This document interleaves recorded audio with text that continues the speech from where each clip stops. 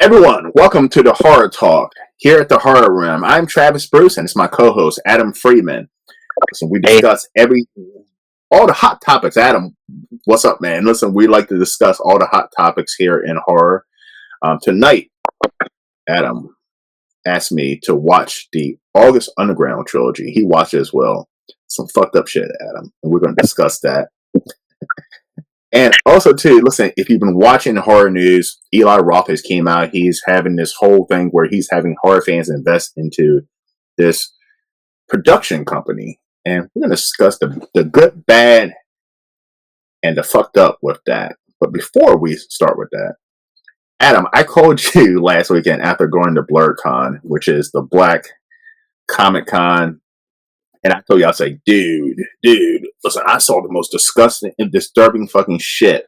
And it's worse than the August Underground stuff. And I was telling him about, I met this woman who was a porn star, and she showed me some of her fucking pornos. And if you missed the interview, at the end of this, you can click on it and watch the interview. Did you get a chance to watch that interview, Adam?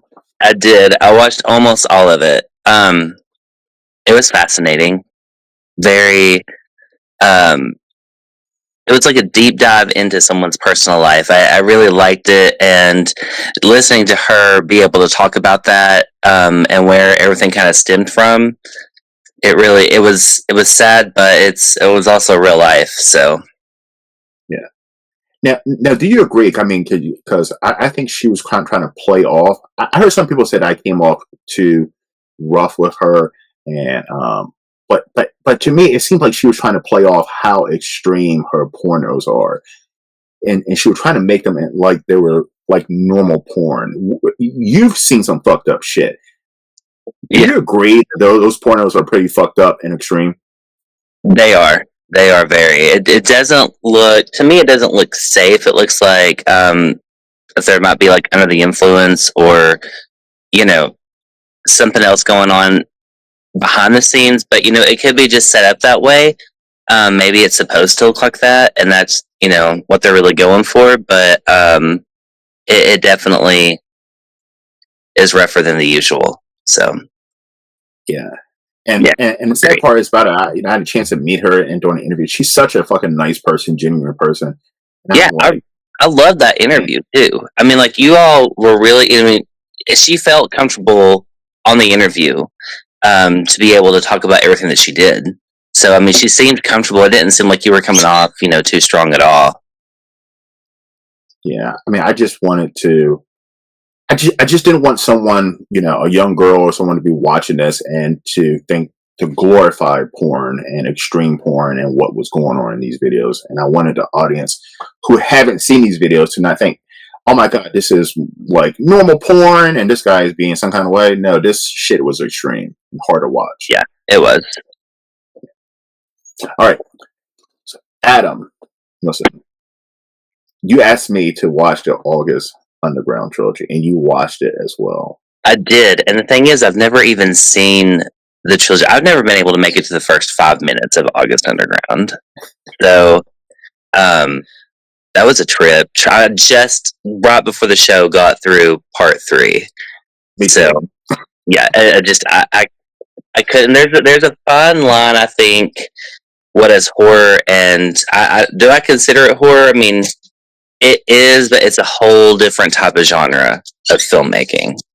For the extreme underground. I don't think a lot of people could really stomach any of that kind of stuff, And I was telling you, I said, I must be pretty fucked up that yes, yes, the action is. I mean, the stuff is gory, it's gross, but it didn't really bother me. What bothered me more about those movies is Fred Vogel, who's the director and the lead actor in this movie. Mm-hmm. I don't think that was him acting. I think that's him. I think a lot of themselves have been put into the part, but then also at the same time, it's like, I did reach out to him because he has a friend on Facebook. I've never talked to him, or I do have a couple of his movies here, but I wanted to like ask him, a few questions prior to the show, but unfortunately, I didn't get a chance to. to talk to him. But I do think that you're right. I think there's a lot more detail into the character that seems a little bit too real. Maybe it's them, and maybe they could have just been enjoying the horror, making a horror movie. Um, because sometimes people just really get into character, but it just seems too enjoyable with that level of stuff that they were doing. If that makes sense. Yeah. I It's a mean, lot. we were even talking about there was a scene where they were at a concert at some grunge bar, and the Yeah, fight that was real. yeah, and it's like there's filmmaking and then there's dangerous filmmaking. And some examples of dangerous filmmaking is like the Bunny Game. It's an extreme underground horror film, but like the girl was branded on her leg for the movie. I mean, that's dangerous. That's inflicting pain on your actor. I don't think probably none of that happened in August Underground. I hope not. But and I've watched like interviews and stuff trying to like dive into it a little bit more to see what the director said and things like that. But it just seems like everyone who has been connected to those films has also kind of like slipping away in the cracks from the company. Like, where'd they go? Why are they not working anymore? Do they regret making this type of content? Things like that. It had me wondering like maybe why some people may still not be active.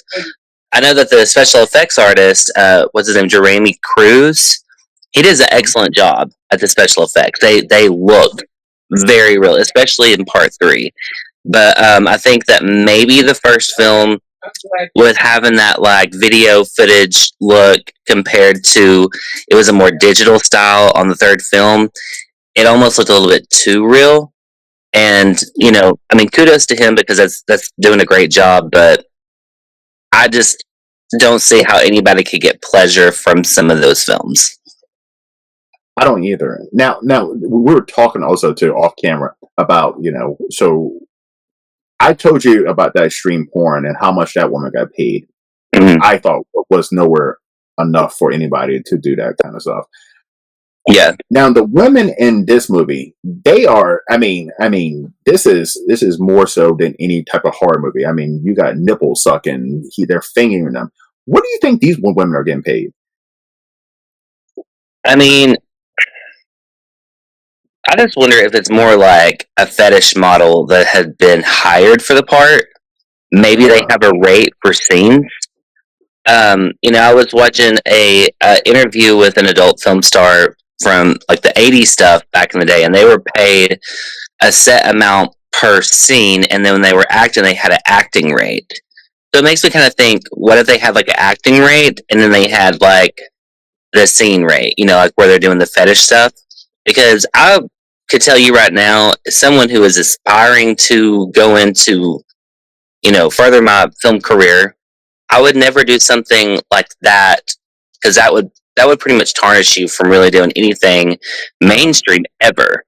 Mm-hmm. So I mean, they had to be paid probably a lot, in my opinion, to do some of the stuff they did in that film. Yeah, because and I agree with you. Once you start going into, especially as an actress, once you start going into nudity and almost softcore porn, you kind of get typecast and stuck in that realm. There's nowhere to move up from that point. Yeah, and it really tarnishes the reputation of the actor more so than people think. And people think, especially like in indie, that it's okay to put it in there, which, as a freedom of speech and a freedom of like artistic expression, yeah, you can go out and do that, but that doesn't mean it's going to get you further down the road. And I think that that's where people kind of blur that line. They think, oh, that they need to go out and have like the OnlyFans, or they need to be out doing the adult films and then come back and then work in independent films and wonder why some of these companies may not pick some of these films up. You know, that's just my thought process on it, which I have nothing against any adult entertainer, but I've looked at it from the other perspective, and I look at it from my perspective, and I've even read up on it before.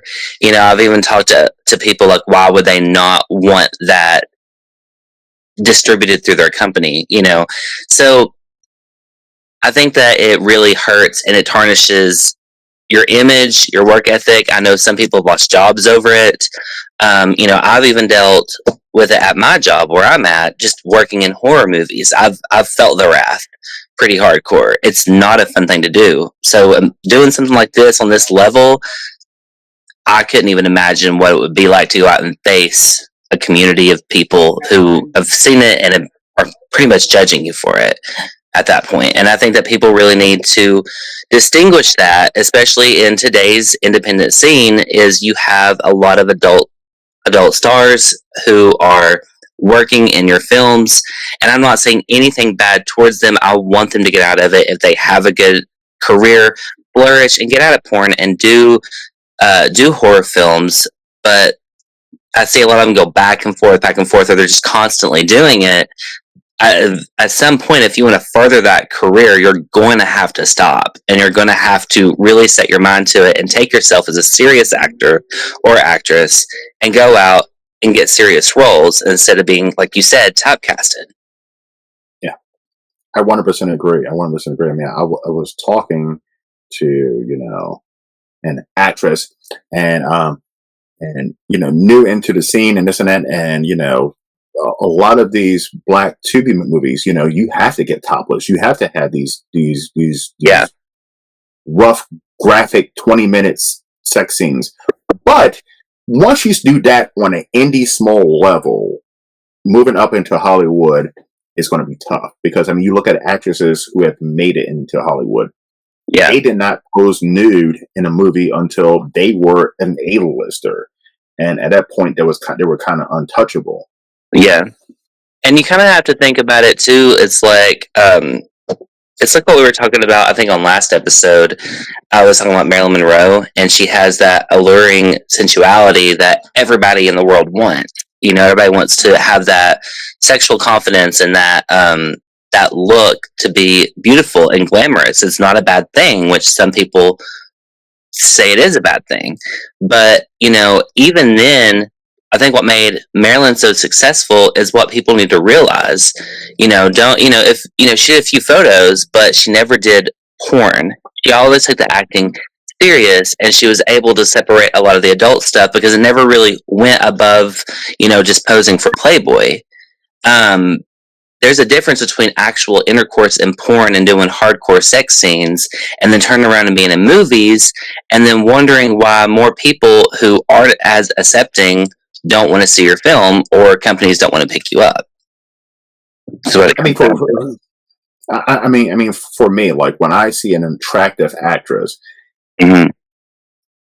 I don't want to see her. I mean, I want to see her. It's the buildup of seeing her naked, right? Like Halle Berry was the one I had the biggest crush on. I'm like, oh my goodness, I would love to see Halle Berry naked.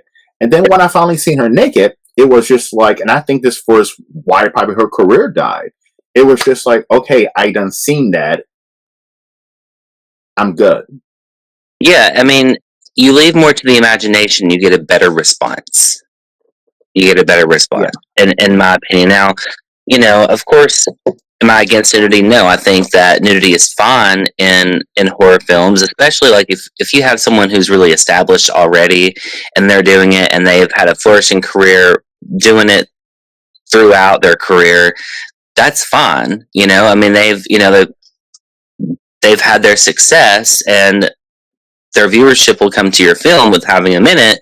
But it's like, just for like people who is really trying to start out, who's not as established, I think that there's a time that you do it and a time that you don't, if you're going to do it. You need to know the precautions of doing that. You need to think about if you really want to do that, because this content's going to be out there forever. And I think that's the biggest thing that people aren't thinking about, especially in the independent film scene, because I mean, some of these people have kids, and it's like, I know I've made the choice that I'm not going to have kids, and I probably wouldn't want them to, knowing that we've made horror films like this. Like we've been in films. I've done nudity. I've done films that have nudity in them, and I just wouldn't want. You know what I'm saying? Like I just wouldn't want a kid really around that, see that. But me personally, yes, I would go out and I would do that. But I think that we do it at a subtle way of doing it rather than just having it to have it. Make sure that it's involved with the plot, that it's needed, that it's necessary, rather than just doing nudity for the sake of nudity. I agree. Now, with the August Underground trilogy, this was not my cup of tea, man. Listen, I'm telling you, I struggled to watch these films. I do too. And it's just so mean spirited. I mean, I'd say the same thing about the Terrifier series. At least the Terrifier series has some fun to them. Yeah, it's a little bit of fun to them. It's campy. This is just mean spirited, and like there's no fucking story. There's no backstory. It's just gore and sexual assault on top of sexual assault, and it's just hard to fucking watch, man. Yeah, and I mean, like I said, I think it has its place in its horror in the horror community. I think that it has its history behind it. Especially the time that it came out, but it's just not my cup of tea. Yeah. And I went down. I was in an extreme film a while back, and I wanted to kind of like look in more to the extreme stuff, and that's when I really tried to watch it, and I just couldn't get through it. I looked at the Lucifer Valentine stuff. I looked at Mary and Dora, and after I get done watching it, I'm just like, why did I watch that? Like, I mean, Yeah. there's nothing fun. Like, if you watch like Killer Clowns from Outer Space, I mean, you're in for a good time. Like, grab a pizza, grab some friends, get a beer, and watch Killer Clowns from Outer Space. It's going to be fun. It's going to be campy, and it has tropes in it. Like something like this it doesn't have tropes. It doesn't have any type of camp to it. It doesn't bring you a smile when really anybody dies in it. It's just gross. And I don't know, like, to me, it's effective and it's their own art. I'm just one of those people who just did not like it at all. Especially like part 2. I think part 2 is probably the worst out of all 3 of them. The maggot stuff was disgusting. The long puke sex scene was just fast forward. Trying to fast forward to get through that. So I was, but maybe because I'm fucked up too, right, Adam? I was like thinking to myself, I would like to see, well, how did he get these victims? Like, how did he get these? I mean, these are big, able-bodied men. yeah, How the fuck did he get them down here in this compromising position? And even like the scenes I have seen, he's just able to overpower big dudes like he's fucking Jason Voorhees, and he's like a regular guy. I mean, these guys were barely putting up a fight. yeah. I mean, I think it goes into, like how much are you putting into your film at that point? Because if it's not realistic, like how much are you putting into it? Are you just getting people together, tied up, doing gross stuff and grotesque sex scenes with them, like, or are you being an artist and really trying to show something grotesque and something that could be relevant in society today? Like I don't think that there's really been any story like that particular. I'm not saying like that's not in our society today, but I mean, when has there ever been like a really big story come out recently besides like, like the whole Diddy stuff? But like, when has there been like a really big story of a serial killer like that in our society today? There hasn't been. Maybe in the 80s and 70s, I could kind of feel, I think back and I think there's a little bit more, but not today. And especially like in, the time of the one thing that I was like watching on YouTube a lot was the interviews. And they said it came out like right before or right around the time like 9/11 happened, and that they were stopped up at the Canadian border and they were questioned, what was it, by the FBI or something like that, to make sure that it wasn't real. I mean, you can make a movie and have super cool special effects, but why make a movie that's so mean spirited that it's just dehumanizing, nihilistic, and has no value to it whatsoever? You can't take anything away from it besides just viewing it for what, a splatter film. You can go watch the guinea pig movies and they have camp to them, some of them, like Devil Doctor Woman or whatever. That one actually like it has like a drag queen that's hosting that guinea pig segment, which is kind of fun. But this, no. I was very uncomfortable watching it. And I will say, like, I've been on an extreme film before. It has not been released, but we had a lot of fun making it. But at the same time, you could tell that it wasn't realistic. I mean, it was realistic in its effects, but you knew you were watching a movie. This feels like you're watching a serial killer's tape, which I'm just not comfortable with. So Yeah. But he's not even like an intelligent. You're talking about, in today's society, it'll be hard to get away with something. But he's not even like an intelligent serial killer.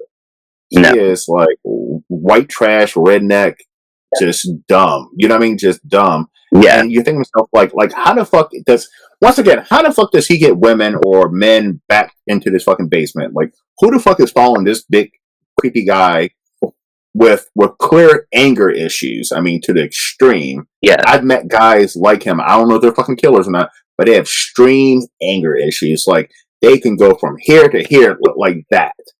And, like, I would love to see. I mean, how does he not get caught? I'm sitting there like thinking, watching the movie, like, this guy is big and stupid. Like, how does he not get caught? Like, this is not a sophisticated serial killer, and he is racking up, you know, bodies in this fucking redneck basement. It wasn't believable to me. I agree. And I mean, like, with some of the stuff that's in the house, somebody's going to smell that from miles away. And all the fucking screaming that's going on and this and that. I mean, and he's That's why screaming like crazy. you got to have a smart serial killer so you don't get caught if you're going to do a horror film like that. I mean, like, you look at, like, Henry Portrait of a Serial Killer. Like, he was smart in the movie. Right on the wall. Yep.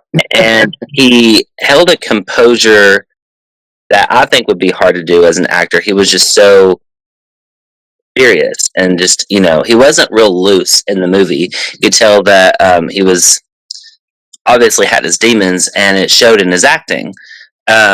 Here, you just have someone it feels like is just goofing off left and right, making grotesque scenes, and I don't mean that in any disrespectful way. I mean, there are obviously, it has its fan base. This is just our opinion of, watching a movie and being able to talk about it. But, I mean, I did try several times to watch the very first film, and I never could get past 5 or 10 minutes. And what it is like from the very first frame, when they go down in that basement, it's just like, it's disgusting. Yeah. It just goes like, it goes from like shit to like blood and then torture and then through the screen. You can smell it. You can smell the smell right through the screen. Yeah, it's just, it's, I don't know. I'm trying to figure out why people would actually like it now that I've actually seen it. And some of those movies were going up to like $1,000 on eBay. It just mind boggles me that somebody would actually pay for that. But to each their own. To each their own. He's an artist in himself, So I mean, I can't completely dog him. I mean, he obviously made a very effective movie. It's affected a lot of people. It is really gross. It is very realistic. It's too realistic, which is my problem with it. But kudos to him for making something, being able to do that. It's just not my thing. And that I 100% agree. I mean, there is an art form on what he was able to do in those movies. There's an artistic form in those movies that I haven't seen. I've seen some dark shit, but not on that level. The thing is also, doing a shot on video film is incredibly hard. I've watched some movies that do like long takes, if not like, I think there was one that was like a full take that I watched that was shot on video. And I mean, you have to really think about how you are choreographing each scene, because if somebody has to step out, they're still in the scene, or you have like a whole crew behind you who is still, capturing that audio or doing lighting, or, someone also doing camera work. It's really hard to do shot on video. In this particular film, especially the first one, I think more so as they went on, it definitely got better. But you could tell on the very first film of August Underground that they just had the camera just going with it. It was whatever. Yeah. Obviously choreographed a little bit, but by the third film, it did get better. I do give kudos where it is needed, and they did do a good job with that because it is really hard. I've tried to do. Actually, I was in one shot on video. It was a found footage series, and had to use my phone as a camera because it was two people talking on the phone. And to be able to maneuver and walk and get everything right and keep going and not mess up a line, go to your place, get everything on. It's really hard. So I do give kudos to that. To anyone who tries to make a found footage film, they're not easy at all. I agree. And the acting for such a disgusting low budget film is top notch. Look, once again, I don't know if Fred Vogel is actually insane and this was him playing him, but the acting was top notch for such a snuff like film because it is so believable. Like just from the laughter and the way he's throwing up, and it's that everything seemed like this is something that's real. Yeah, and there's a cool aspect to that, but then there's like a line that I felt like was crossed for me. But getting into character, I wonder if he actually sat and took time to get into character for the day, or if he just really just opened himself up and let an actual part of himself out into the film. That's a question that I would like to know. And that's why, by the way, Fred Vogel, I reach out to you. I love if you ever come on my show for an interview. I'm being 1%. Listen, I'm the best guy out there, and it'll be a fucking amazing interview. I'm fascinated with what he has to say. We will work magic on the show together. Now, but also too, listen, I am, when it comes to children, right? Yeah. Fuck. People talk about Terrifier 3 and kids. No. This motherfucker shows a shit on camera. And I think that's when you're stepping, I mean, everything from babies to, kids getting sexually assaulted. I mean, literally, sexually assaulted to like a child's murder. I mean, on camera. And that kind of should bring up a Serbian film that's very famous for that. Yeah. But this one was just, you're talking about part 2, right? The maggot scene. Well, in part 2, it was the bathtub scene. Yeah. And then in part 3, there was a family. Yeah. It was Christmas time, and then another time there was a baby. Yeah, there was a baby, I think, in part 2 that was in like a barrel in the basement of part 2, and then you pull it out, it's got maggots all over it. And I'm just like, where did your go? A woman's pregnant. That's all I can say. A woman's pregnant, and yeah.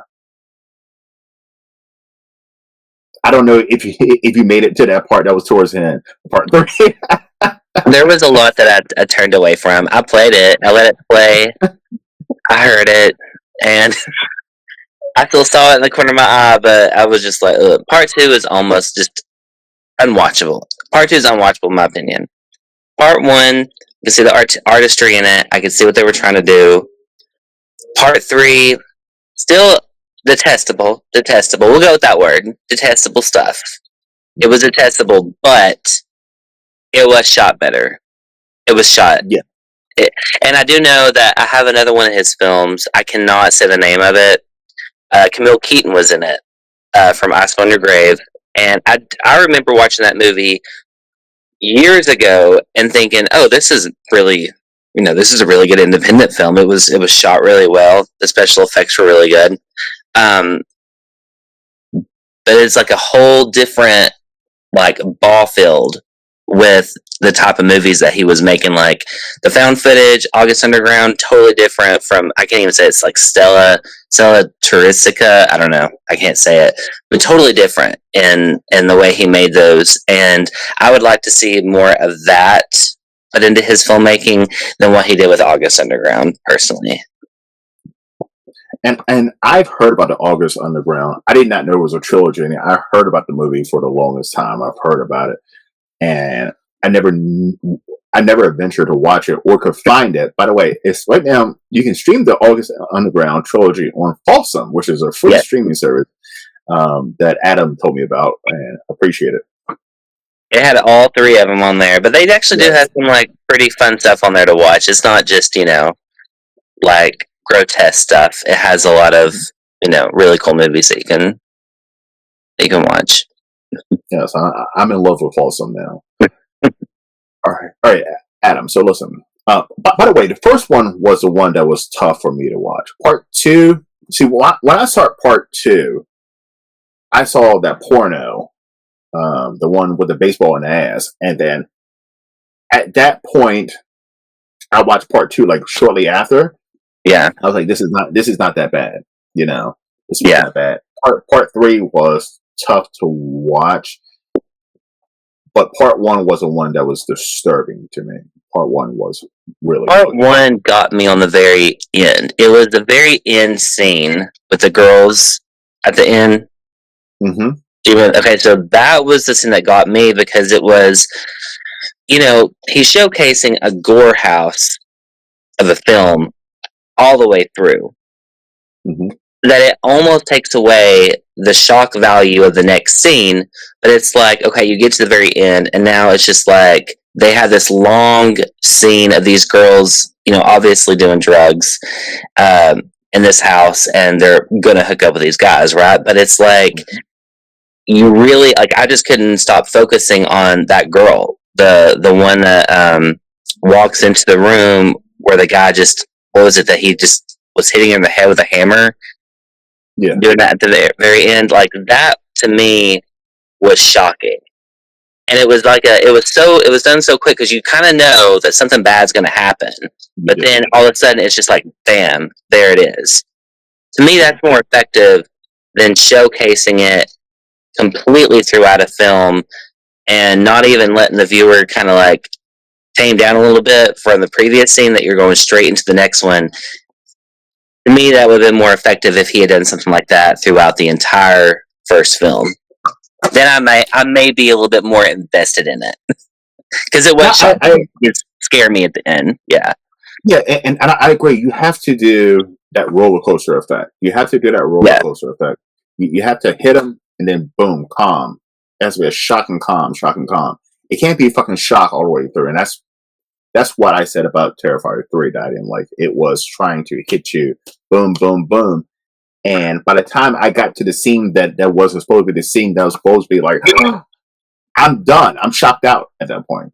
Yeah. So now, also, we do need to bring up extreme film in general. I think that needs to be talked about because everyone thinks that Eli Roth does. Like, if I talk to somebody who was born like 04, and I'm like, do you know what's an extreme horror film? And they're like, oh, Hostel or Saw. That's always the answer.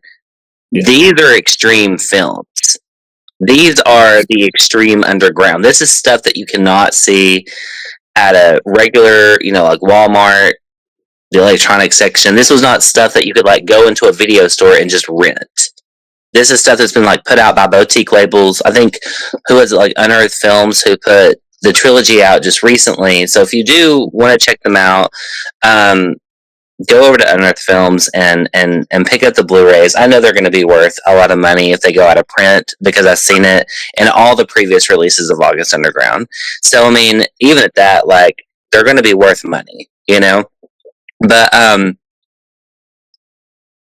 I think personally, the whole trilogy in general for me, it doesn't work as a fan of horror for me because I personally like a little bit of camp, and like you said with the roller coaster effect, I think that is a must in films. And you see, going back to Eli Roth again, when you like watch Hostel, there's still it kind of calms down a little bit, and then it goes to an extreme, but that's not extreme for me. Those films are not. So, forewarning, if anyone does check these films out, they're not everyone's cup of tea. I could not recommend them to anybody. But just know that there is a huge difference between what the public thinks is extreme and what is actually extreme. There's a massive difference. Adam, I thought this was extreme until I thought that Hostel was extreme. I thought, like you said, Soul was extreme, and until I watched, I can't even think of his fucking name. I'm literally DMing me. He told me I had him on for an interview. Jonathan Doe. No, shit. What's his name? Hold on. He did those erotic gore nonsense films that are extreme. This guy, I had him on for an interview, and he had a cloak on with his voice disguised. What the fuck is his name? Okay. Stephen Purrin. Stephen Purrin, who is the king of extreme of Canada, and I heard of him. I had him on for an interview. I don't know what this guy looks like. He's cloaked out and he hides his identity. And I saw his movie first, and then he passed me on to the bunny chick guy. Bark Bunny? Yes. And he sent me over to his videos, and I was like, oh fuck no, this is when my channel was new. I was like, oh fuck no, I cannot be promoting this shit like right now. By the way, listen, if you like to come on now, you're perfectly fine to come on my show. Anybody who has fucked up movies, you're perfectly fine on coming on my show now. Because I'm interviewing extreme porn actresses and all kinds of weird shit now.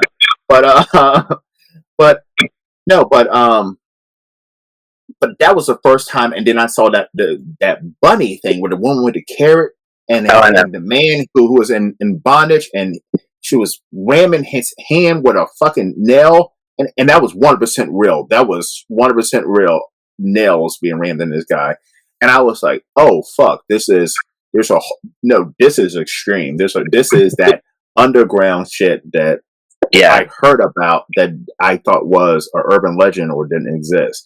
Yeah. All this underground falls into that. This is, if you think that Saul or Hostel is extreme and it's too much, do not touch this shit. Like this is not something that you want to fucking touch. No. This will, unless you already have a fucking dark soul like I do, this shit would make you fucking yeah. This shit would make you throw up. I got a strong fucking stomach because I see dead people all day for work. So this didn't bother me, but I could see somebody who is just squeamish about normal horror. If you saw this, you'd be traumatized. You'd be 100% traumatized. If rape scenes, or if you've been raped before or anything like that, this is not the shit that you want to watch. It is, these rape scenes are fucking real. I mean, they are fucking graphic. They go on for a long time. It's a lot worse than I Spit on Your Grave 78. Yeah. If you do that, a lot worse. Yeah. And even that film is extreme to me. I Spit on Your Grave is an extreme film, and it was one of the very first extreme films that I saw. Even Wes Craven's Last House on the Left from the 70s, that's extreme to me. Just from some of the content, but like this is just like next level. This is the real torture porn stuff that you hear about, you never see. It's the closest thing to snuff films that you can get to. You can get to. It's the closest thing. And like I said, there's been some like really cool people that I have met that have worked in extreme horror, and I do know that there is, obviously, everyone's different when they do filmmaking, but I've heard some really cool stories where people had great experiences, and then I've heard like some of the extreme stuff, and like what they have to do, like some of it is real, and I'm just like, no. I mean, the Soska sisters are in Lucifer Valentine's Vomit Gore Trilogy, and they like don't even talk about it, So I mean, obviously, that can hurt your career. They went on and had a flourishing career, obviously, but like even they won't even talk about being in that franchise. Which you look at the director and you're like, yeah, obviously, because he got, what was it? He was grooming young girls, and that's what happened. I guess the fall of his career, but I wouldn't want to support someone like that. I wouldn't want to watch their art after that. And obviously, the Sosco sisters don't even talk about it. So, I mean, and I would be embarrassed to be like sitting there vomiting on people. Like, no, that's just, that's nasty. So, And these are movies. By the way, these are movies I would never, ever, ever, ever rewatch again. I mean, these are movies that I would never, ever rewatch again. It was like a one-time thing. These are not. Yeah, I don't want to go down that alley. we could have stuck with the shot on video instead of the extreme. What was that? We could have stuck with the shot on video films and like instead of the extreme. But I agree. maybe next time. Yes, 100%. No, but listen, I'm glad I saw it because I mean, it's a cult classic. I feel like I've heard about it, and I've heard about it, and like it's like this mystery through horror. Have you seen that? It's like the Serbian film. Have you seen the Serbian film? Like what's really interesting is that I was watching an interview where they were talking about that it was lightning in a bottle when it came out, how it came out, the response to it, and you think about movies, and you can make a good movie that's not like that, and still have the camp and the tropes and stuff. But what makes those movies so good? What makes it culturally a phenomenon in the horror genre? Like what really sparks it to really get seen? That I think, when it came out, like I said, it was near 9/11, and maybe people were looking weird shit up on the internet. I don't know. I was there. I just was not. I was watching my movies from the video store. That was my thing. But I think about that, and it's like we needed at the time that Terrifier came out, we needed a new horror icon. All the franchises were decades old. There hadn't been like a really good franchise come out in recent years. We needed that, and art obviously really popular. People really liked it. Going into the second movie, the special effects were the showcase. Seeing David Howard Thornton as Art, that was a showcase, and they built a really good story and a really good franchise on it. Do I like part 3? I think part 3 could have been shorter, like we said, but I do think that it came out at a time when we needed a new horror icon. And I think like the whole T.I. West trilogy, when it came out, it came out when we needed a trilogy. We needed someone with a unique vision in horror. I'm not saying I like all those movies, but like I think that there's the success of a movie can also depend on the timing that it comes out. So some movies may go into cult classic status and only have a small group of people who've seen it because it came out at the wrong time, which is not a bad thing. You would still want that, but like you want your film to be successful. And I think that August Underground probably came out at a time that made it successful. I don't think that films being made like that today would be as successful because maybe it's not the right timing for them to come out. And obviously, like, who wants to really see all of that? So I think a lot of what August Underground's success behind it is because it came out in a really sad time that was going on in America. And, there were shootings and things like that happen. Was it like around 99, the Columbine and all that? There was a lot of violence. And obviously those movies are really violent. Did we need a whole trilogy? Probably not. I could have done without the last 2 films and just had the first one. But I think that the timing was everything with those movies, or even with any other franchise or film that has been successful that does come from independent artists. I think that timing is impeccable. What you're trying to sell to your audience and show them and say is also has an incredible response. Obviously, like you look at The Substance and you see how big that movie got, and it even went to the Academy Awards, which is like unheard of for horror. And I think maybe people are realizing that horror needs to be celebrated a little bit more, hopefully. But I think timing's everything. Timing's everything. Whatever you're doing in society reflects in your movie. It's going to get a little bit more notice because of that. I agree. And so you brought up timing's everything. So we're going to jump into our next topic, which is Eli Roth, who you brought up. I'm mad, yo. he is allowing fans to invest into horror films with his new production company. I don't know. Listen, I read the article, but listen, Adam, you are a filmmaker. Tell the audience a little bit about what's going on. What you So, as an independent artist, you have to find the funds to make a movie. Now, what's most important thing to know is how a movie is made. It's not just getting your friends together and then shooting on film and then canning it and that's done. You have locations that you have to pay for. You have contracts that you have to fulfill with each actor, each artist, each musician, any composer, any type of music that is brought into your film. It takes money and it takes a lot of time. I learned on my very first film that I ever did, I had so much paperwork that I had to do. It took me like 6 months just to do the paperwork.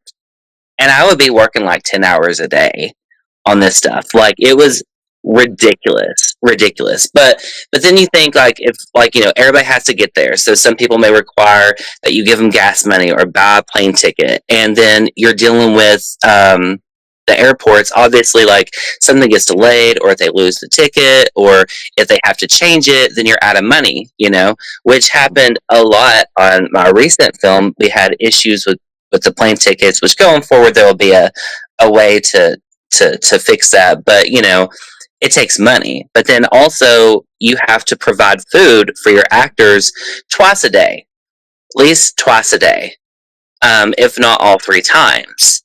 And that's a lot of money when you're feeding a crew and a cast. And like, say you get catering, you're spending like $100. I had a small crew there. I was spending like $100 for like lunch, just on everyone. Like, I think we went out to like a drive-in and we got everybody something. But that's a lot of money. But then like also we like would cook and had to go get groceries, and then you have someone cooking, and that takes money.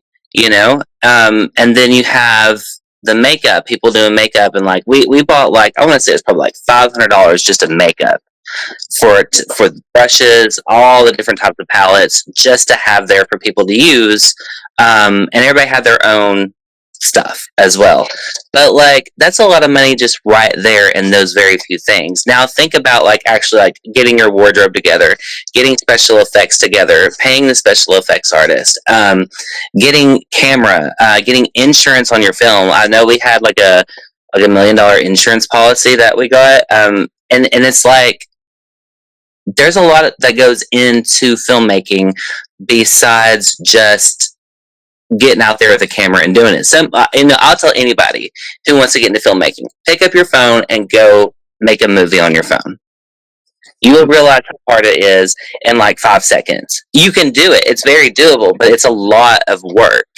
And, even with the politics of the scene, like there are actors who are demanding and their needs for stuff on set or in their room, but then it's like you also have a location. I was on a film that had like 40 people on set, okay, and this person, the director, was buying all their food, had a hotel, like all of them, everyone had like rooms in their hotel.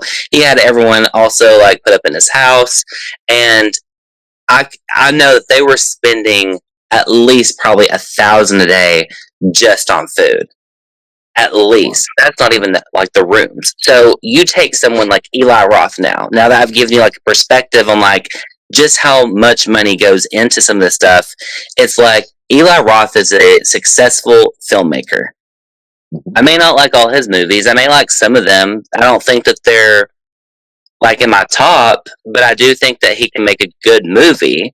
I think that he misses some of his like points, like go more with a little bit of the practical effects and don't make it so polished. Add a little bit indie to it to make it, look a little bit better. But he's wanting to crowdfund for his films. Why would you need to do that when you're an established filmmaker? We do that as independent filmmakers, and a little bit about that also is there's a lot that goes into crowdfunding. It's not just putting up a crowdfunder and say, hey, everyone that's on Facebook, donate to this. No. There's so much more. And I know that Abel Berry, he has a new group on Facebook where you can go and learn how to do it. I think it's like maybe like $400 or $400 to get into the group. 100% worth it. If you ever go into this type of career field, you have to know how to run a successful campaign. There is months of preparation that we went through. I hired him, and I always thought it was just like, people put it up. No, there's different types of strategies. There's different types of algorithms you have to hit, and you have to do it a certain way. And you have to do that in order to have a successful campaign at all. I brought, what was it, like, I want to say like 20 grand off my last campaign.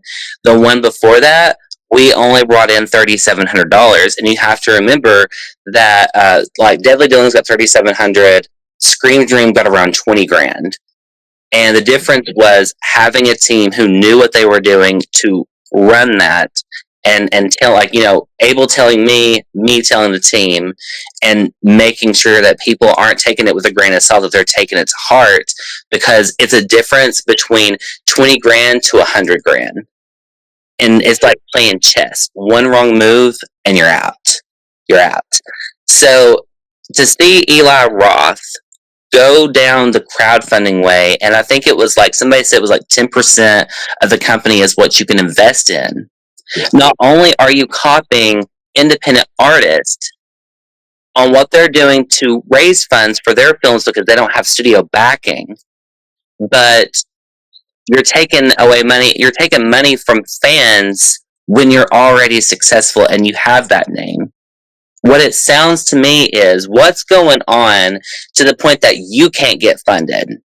What's going on to the point that you have to look at the independent film community, something in which all of Hollywood or mainstream media is really against, because I think that their perspective is this, is they think that we have a more artistic vision to touch on specific topics, that it's not going to be sellable to a bigger audience, and we sell to a smaller audience. When in reality, independent filmmaking has blown people away, cinematically and story-wise, and practical effects-wise. I mean, you look at some of the stuff that's been made, like go to Vinegar Syndrome and look at some of the stuff that they have out with their partner labels, or stuff that they've put out through independent filmmaking. It is some of the most gorgeous stuff you will ever see. And it's like, Hollywood misses it when they're like sitting on that type of talent. To me, I feel like Eli should have been like, okay, I'm going to open a production company that does do the crowdfunding, and I can still get, producers to invest, but I'm going to open the door for independent artists to have them come, show me their script. If it's good, if they haven't established, like if they've done a few films and they are established that they can get them done and make a movie, a real movie. I'm not talking about some of this crap that comes out that you may see on Tubi sometimes. I'm talking about like a real legitimate movie. Then yes, we'll talk and open that door for you where you have the opportunity. Because not only does that mean if he found like the next John Carpenter, the next Wes Craven, that means that he would be a mentor towards them. But also, it would allow more thought-provoking ideas, stuff that's not happening in mainstream media, where it is happening in independent film community. They have more thought-provoking ideas. And they need to be like, hey, if we're going to copy their crowdfunding, why don't we just work with them and take a percentage of the profits, which would obviously make you money, also bring new and inspiring artists to light while making new types of films where the fans, who basically, independent directors are fans of horror movies in this genre, like they're fans, that they're going out and making movies that other people like. and will remember and support and continue to support. They're sitting on a gold mine, but I feel like, is it too much? Do they have too much integrity to want to work with us? That's what I'm wondering, because it just seems like you're just copying our success, and Yeah. that does not sit well with me in any way, shape, or form. Because one of the things I noticed in this article was, he was like, he's going to make it like a pretty much a horror universe type of thing where it's going to be 24 hours, movies, TV shows. He's even said podcasts. So I was like, oh, wow. It seems like conventions too. Did you see where he's like wanting to have like the whole, and that stuff that's already been going strong for a while. But I was looking at it. I was looking like, oh wow, he's looking for like horror podcasts to go on. But then I looked more. He's going after the podcasters that have a million subscribers. He's not going after someone like me. You know what I mean? Someone who already has hundreds of millions of subscribers. And I agree. Like there is so many, whether it be YouTube channels, movies, authors, whatever. There's so many great indie horror creators, and someone like Eli Roth, who started off indie, it seems like they don't want to drop the ladder back down to other filmmakers. Have you noticed that? I noticed that. I recently just watched an interview with John Carpenter where like Eli Roth and Quentin Tarantino and David Cronenberg and all of like the big, major horror directors would get together at like a little social event, and they would go out and have dinner. And John Carpenter stopped going to those because I think it was David Cronenberg, he said, was like in the center of the room. And like, I think it was David Cronenberg, I'm pretty sure it was. And he would not even acknowledge John Carpenter. I mean, that seems to me like that interview sheds a lot of light in a lot of different areas. Because you think, okay, if mainstream is being so prestigious that they don't even want to talk to, very well established horror filmmakers that made one of the biggest classics of our time, maybe they're getting a little bit too big for their own shoes, or also maybe it could be that they don't respect the filmmakers who really brought the light to the independent films, because Halloween was independent, Texas Chainsaw Massacre was independent, The Evil Dead is independent. And, Sam Raimi, he obviously went on, had a huge career. He did the Spider-Man movies. He's still making great movies. But it's like, I would love to see him go actually back to his horror. It kind of seems like he just gave the Evil Dead franchise to other filmmakers to make those sequels instead of him doing it himself, because he went on to different things. And, to me, I would have liked to see Raimi do all the new Evil Dead stuff. But, at least we got like Ash versus Evil Dead. But at the same time, it's kind of like some of the people that we grew up, either that we loved and we looked up to with their horror films, have went on and kind of gotten out of horror and went more mainstream. And I think that you're right that he doesn't want to go back down to that level of like independent cinema, but that's where he started out. And with Cabin Fever, I know Lionsgate heard about the budget. They had an investor who gave them like X amount of money, and they got picked up by Lionsgate, which, I got on today on Facebook, and there was a big thing about Lionsgate in a group where they were talking about how they're not paying the filmmakers. And that's another big thing. Like, that's another big aspect of distribution companies not paying people, blah, blah, blah. Well, you also got to think about the content that you're putting out. You have to have good content or nobody's going to want to watch it, which means if it's streaming, you're not going to get those views and X amount of cents per hour or whatever it is now. I think it was like 15 cents one time for like Amazon per hour. But, worldwide, if you make a good movie and you actually put effort into it, and I'm not talking about like some of the silly crap that's coming out, but like really good movies, you can make money from the streaming portion of it.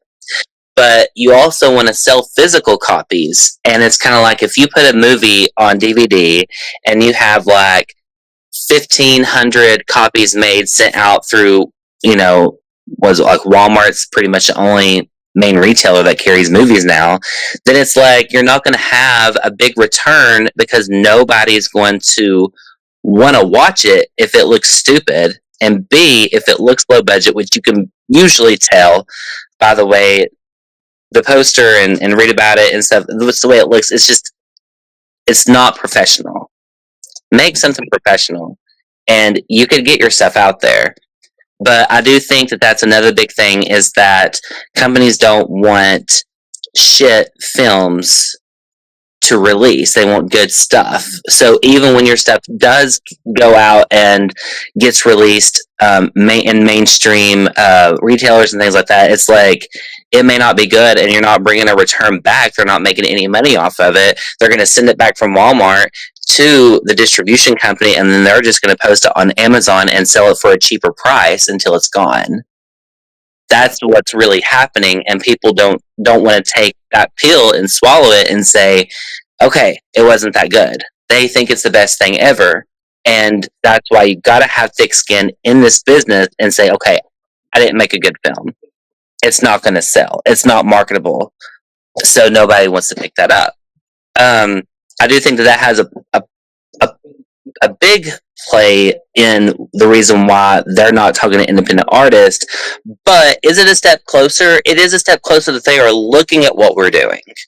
And I've been told before that we are being watched by a lot of different companies. Any type of independent filmmaker that's online on Facebook and social media, they are being watched by bigger companies. It's just like when you go to a film festival and they get your films in the film festival.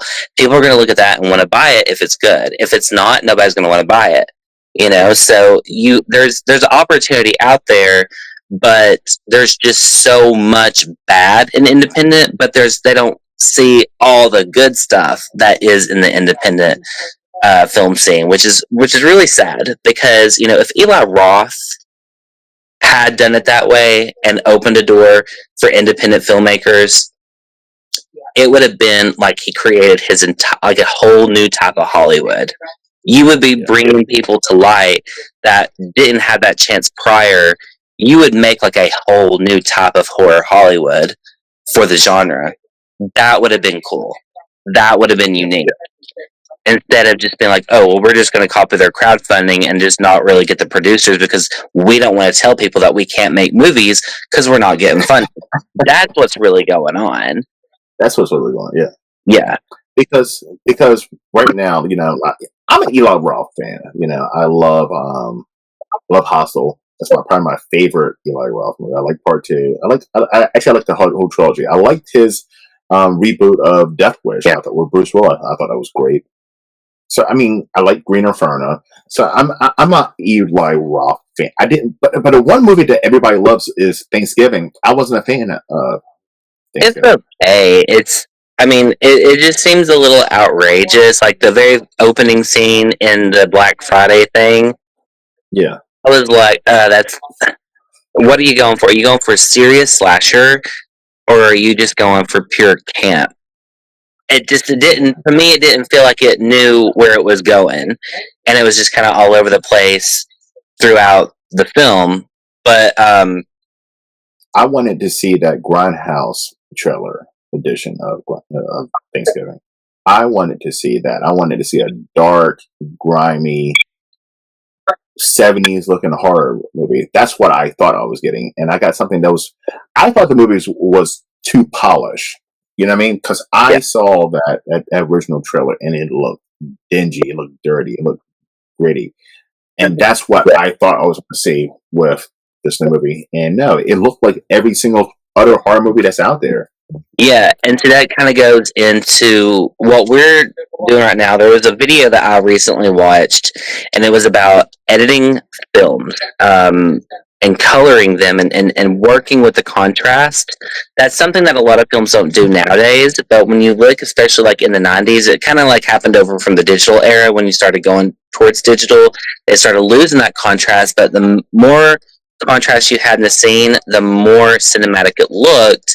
And I feel like his films would have done better if they had been a little bit more color graded to look like a movie instead of just being realistic like any other movie.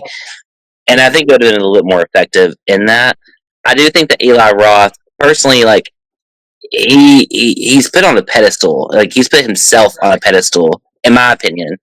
He's got the what was it, the history of horror on Shudder that he did, which I really did like. I really did like, and I like the fact that he does go with some actors that, like, he got Gina Gershon for Thanksgiving, in the cult classic Showgirls. Seeing her was like a surprise whenever I was like, oh, Gina Gershon's in this movie. But then it's also like he's got Edwige Fenech from the Italian Giallo films in Hostel 2. And Hostel 2, she came back out of retirement just to do that film. And I knew that he was like a huge fan of the Italian Giallo films. So that was cool to see. He does cool stuff and he does put them in there, but it's like even with like the Green Inferno, like any of the cannibal films from the 80s would outdo that movie in a heartbeat. Like Cannibal Fear, Cannibal Holocaust, those movies, even like the Emmanuel and the what was it? The what was it? Emmanuel and the White Slave or White Slave Trade? I don't know what that actual title was, but I had it on Blu-ray. I don't have it anymore, but even that one was better than The Green Inferno. I'm not saying it's a bad movie, but when you're looking at like a cannibal movie from the 80s, you're wanting carnage, you're wanting blood and guts, and it's a splatter fest, but at the same time it's fun and it's campy. I didn't get that from Eli Roth's Green Inferno. It started off great. And I was like, oh shit, this shit is going to be something epic. And yeah, and then it just. But I feel like that's what I get with a lot of Eli movies. Yeah. It's like he makes movies like indie filmmakers, horror filmmakers, unfortunately, where they have a great concept and it starts off great, the middle is great, and then it's that last 25%, that last act, they don't know how to close it. Yeah, I mean, I agree, and I think that maybe it's like them trying to be like over artistic with the ending, because that they're different from when they first started out. Back then, when they first started out, they're thinking about what they could do to make this movie super cool. Now they're trying to be a little bit more prestigious in their filmmaking and be a little bit more, trying to give it that like bang at the end, and they didn't have to. All they had to do was end it like a fan would end it, instead of trying to do something completely different, and it would have worked. I agree, and I mean if you watch my reviews, I say that about a lot of indie horror films, but Eli Roth does it with his films as well, and it's that great beginning, middle, end, but that final they just completely go off the rails, and it's like it's almost like a different director comes in at the end and then watch the rest of the movie and was like, okay, I'm gonna wrap this up. That's what it seems like to me. I also, for me, whenever I watch a movie, like the one thing that I wish people would do is more. We all want like the practical effects. We don't want the CGI, but the type of effect that I'm looking for is, and I don't want it to be like so campy that it sucks, but like when you watch like the Nightmare on Elm Street movies and you see those practical effects and you see how cool and creative they were, even though they come off a little campy, the filmmaker was still taking it super serious and trying to make it as scary as possible. There's like what was it? I was watching a Tales from the Dark Side, I believe, and it had like a grave and it was kind of like pulsating. It was like moving up and down, stuff like that, like those campy top. Just like the little effect of making it a little bit campy adds so much more to it than just making it so ultra realistic that it kind of takes the fun out of it, in my opinion. Because I've watched like what was it, like Street Trash and Basket Case, fun effects like that. that's what we love, and that's what all these like amazing releases of all these different films keep coming out, and it's like because we love that. And it's not just the 80s, but I think that the 80s really showcased those effects. And in the 90s, it kind of, they say that's the lost era, but there was still some good ones. But then you kind of see it like from like 98 and above, it just kind of like went downhill in the films, and then it's just kind of stayed there. It's kind of stayed there. And what I think has happened is the independent artists have come in and they have hired people to do effects and make them look campy and make them look great. Because I've seen some great independent films, and I've seen some really bad ones. Even the really bad ones still do campy effects and have fun with it and still get creative, even if the movie's not that well done or executed. It's still the way that they're doing the effects is something that the fans are going to love more than CGI or, making it too realistic. Like Hostel, I'm not saying Hostel's a bad movie, but it has that realistic effect, that realistic look. That's what a studio wants. But what they fail to realize is the fans still want those campy practical effects that are in all the movies that we love and collect and seek after every day. I agree. Adam, what do you think? Next week? I can't believe I'm going to say this. I'm going to say this, man. Do you want to watch the Serbian film and to talk about that? Oh, I have seen it. I haven't seen it. I haven't seen it, Adam. Do you want to go down that rabbit hole? We could go down that rabbit hole. I think, why don't we do you want to do two? Do you want to do two different types of one? Okay. We're going to do Serbian film, and what's another one we're going to do? I say we do something. There's a great movie that I love that I'm wanting to rewatch, actually. It's called Video Violence, and it's a total throwback to video stores of like the 80s and 90s. There's two movies, and they're pretty incredible. They're probably some of the best horror films I've seen. I absolutely love, and it's a perfect example of an excellent film executed with extreme low budget. But they're shot on video, but you would look at it and be like, wow, the effects are great. It does have a little bit of like some extreme stuff. At the same time, they are streaming on like Tubi 1 and 2 is. But I think that would be cool to see a Serbian film being as extreme as it is in comparison to a shot on video that's also got some extreme stuff in it as well. Now, where can I find a Serbian film? I heard it's hard to find. It is. I'll send it to you. All right, send it to me. Okay. Yeah. I'm about to say, any of the viewers who want to, if any of the viewers want to watch it beforehand, where can they find it? I know it's on Amazon, but it's heavily edited. There is one on Amazon. Like, I would say, and forewarning, like if anybody does want to watch this movie is a very extreme, very graphic, and very offensive film. It is not for everyone. I do not recommend it. We're just watching it so you don't have to. Exactly. But if you want to, you can get the Blu-ray is on Amazon. On eBay, they have some of them. There are some like foreign copies of it that you can get.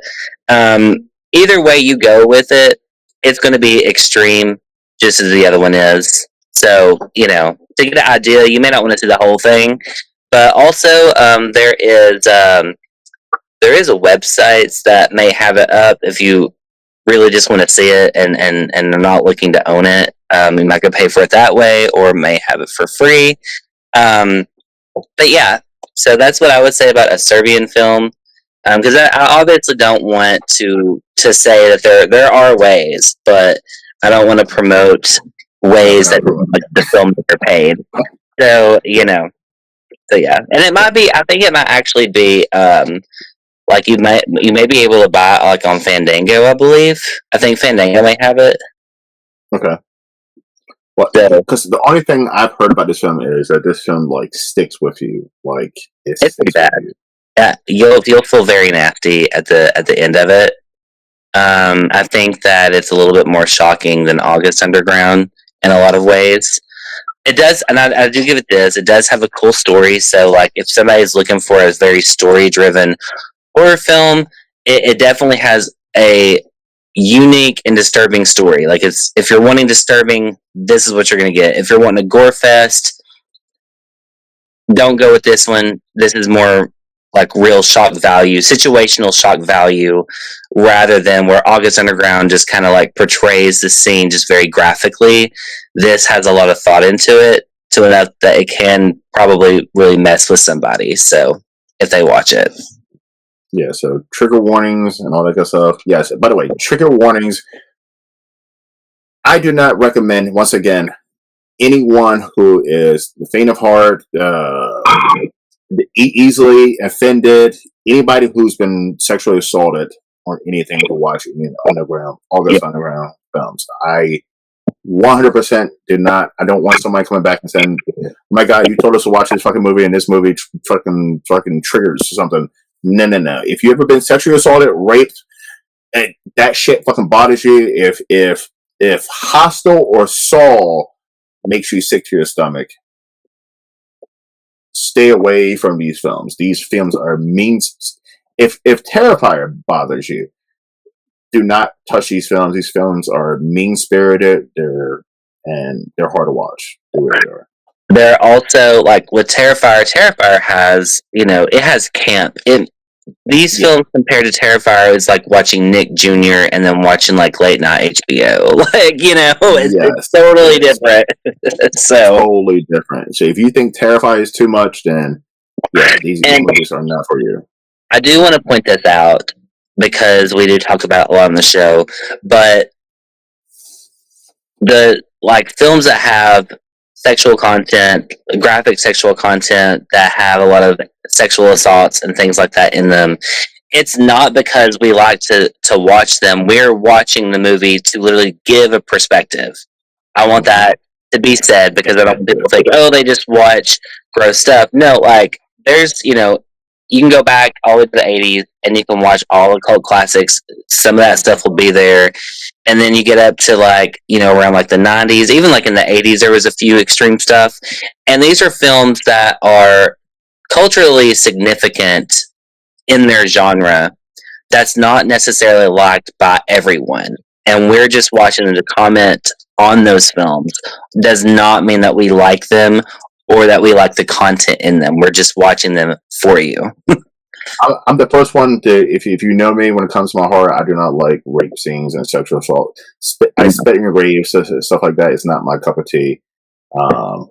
So yeah, the August Underground was hard. I told you it wasn't for me, someone who saves blood and guts on a daily basis for their real job. That didn't bother me. It was the mean spirited. It just seemed it was the sexual assault looked real, and I'm telling you, this is one of the most menacing fucking horror characters I've ever seen in a fucking movie because it seems real. This does not seem like this is an acting. This is someone acting. This seems like this is a part of someone's personality. Yeah, and a lot of people will, especially young kids today, like you can ask them, they'll be like, "Oh, Megan is Missing" is like an extreme film. If you're going to compare it to something like that, it's not comparable. That's an extreme film per se, not a very good one, not very extreme. This takes it up like 1,000 notches.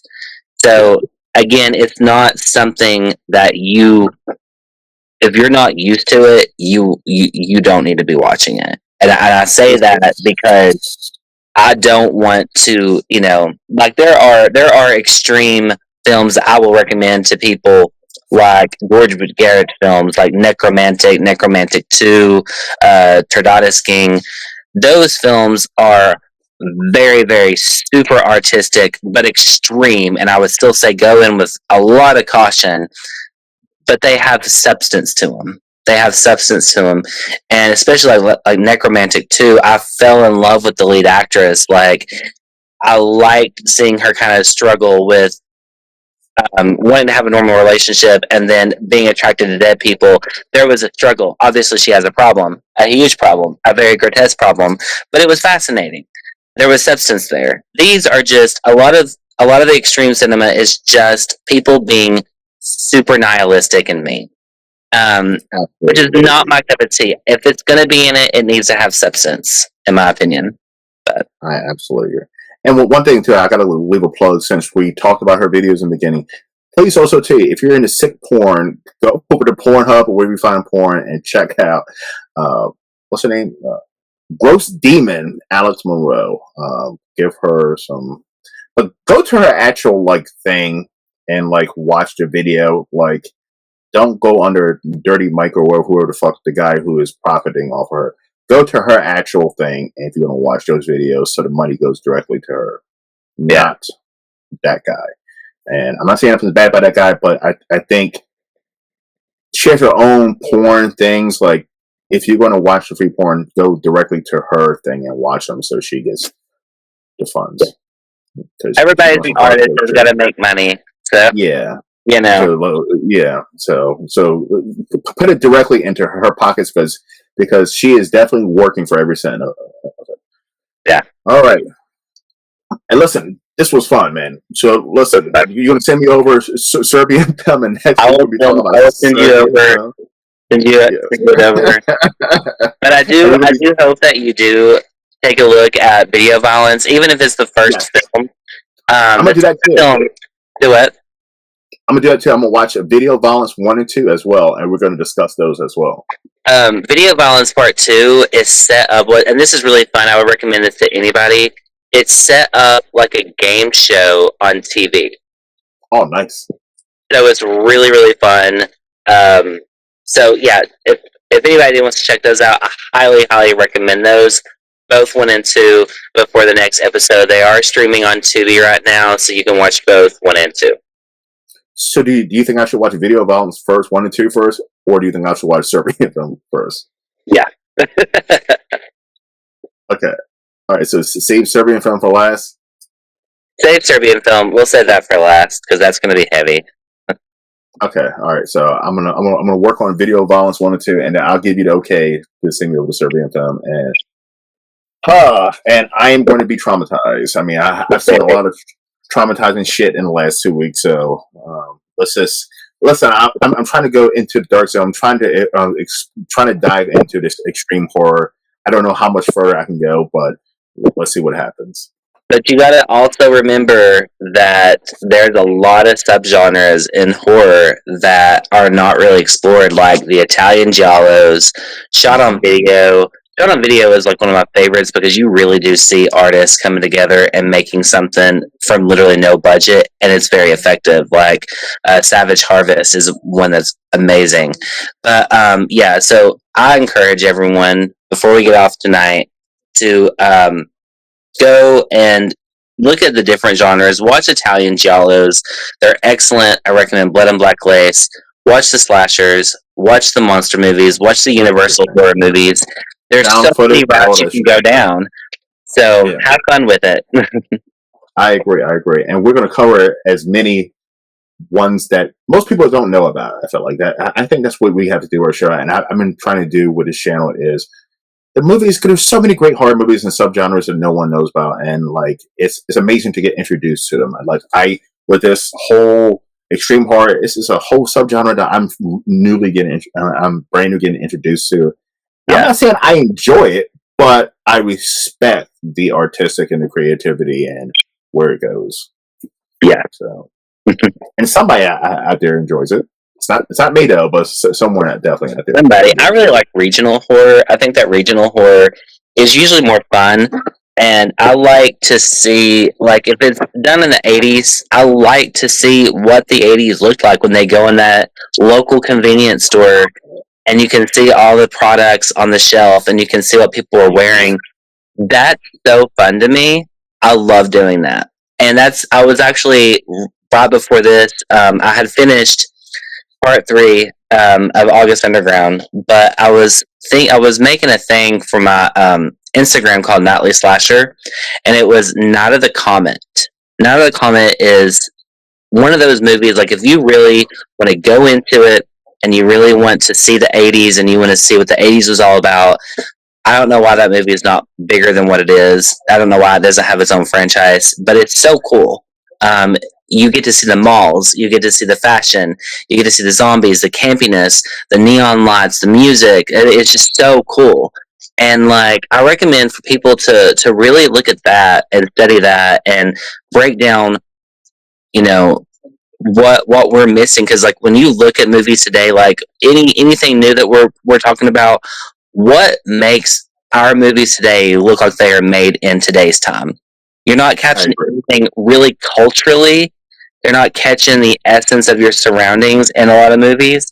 So that's just something that, I've been looking at, and been going through and trying to think, what is it that we're missing in our stuff that's not capturing the 2020s, because people are going to watch this years on the road. They're going to want to see what it looks like into the 2020s, and you really need to make sure that that's magnified in your set design. I agree. And by the way, after this one, I'm gonna pick on the next episode at the end. I'm gonna pick a fucked up movie that I think is fucked up and have you watch it.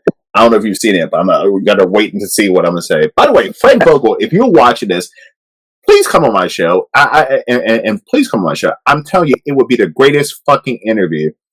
It'll be the greatest interview anybody's ever seen. It'll be the greatest interview that you have ever done. It's been the greatest interview I done. I am telling you, this man and I could make magic on this fucking show. And just because like we don't like it, everything, every aspect, that's okay. There is things to August Underground that we do like. Yes. So I hope that he realizes like we're not just shitting on August Underground. Like we're not fascinated and wanting to do this. Just know that it's not everybody's cup of tea. It's not. Yeah. A lot of shit's not a cup of tea. But I would love to hear how he made this movie. I would like to get into this man's head and literally to get to know the filmmaker and how his brain thinks. It would be an interesting, amazing interview. And him and Damien Leone, I think Damien Leone, and I don't shit on his films, but I'm not a huge fan of his films, but I feel like I could bring out. I've seen other Damien Leone's interviews, and it's like paint drying on the wall. I feel like I could do the best interview with Damien Leone. It would be magic. And This is not me tooting my own horn. It would be magic. So both of you guys, hit me up. I would love to have you on. All right, Adam, this was fun, man. Listen, let's thank all. By the way, listen, this is your first time here, man. Why aren't you hitting that fucking subscribe button? We're trying to get to 2,000 subscribers. The way that Facebook, YouTube algorithm works, the more subscribers, a channel has, the more people will watch it, the more they'll promote it. And we're here trying to promote indie horror, filmmakers, actors, creatives, and, the people who don't normally get the spotlight shine on them. So it takes 2 seconds. Just hit that subscribe button and hit that like button. It doesn't cost you a dime. All right. But thank you for coming to this another edition of Horror Talk here over at the Horror Realm. I'm Travis Bruce, and that's my man, Adam Freeman. See you next time for another fucked up video.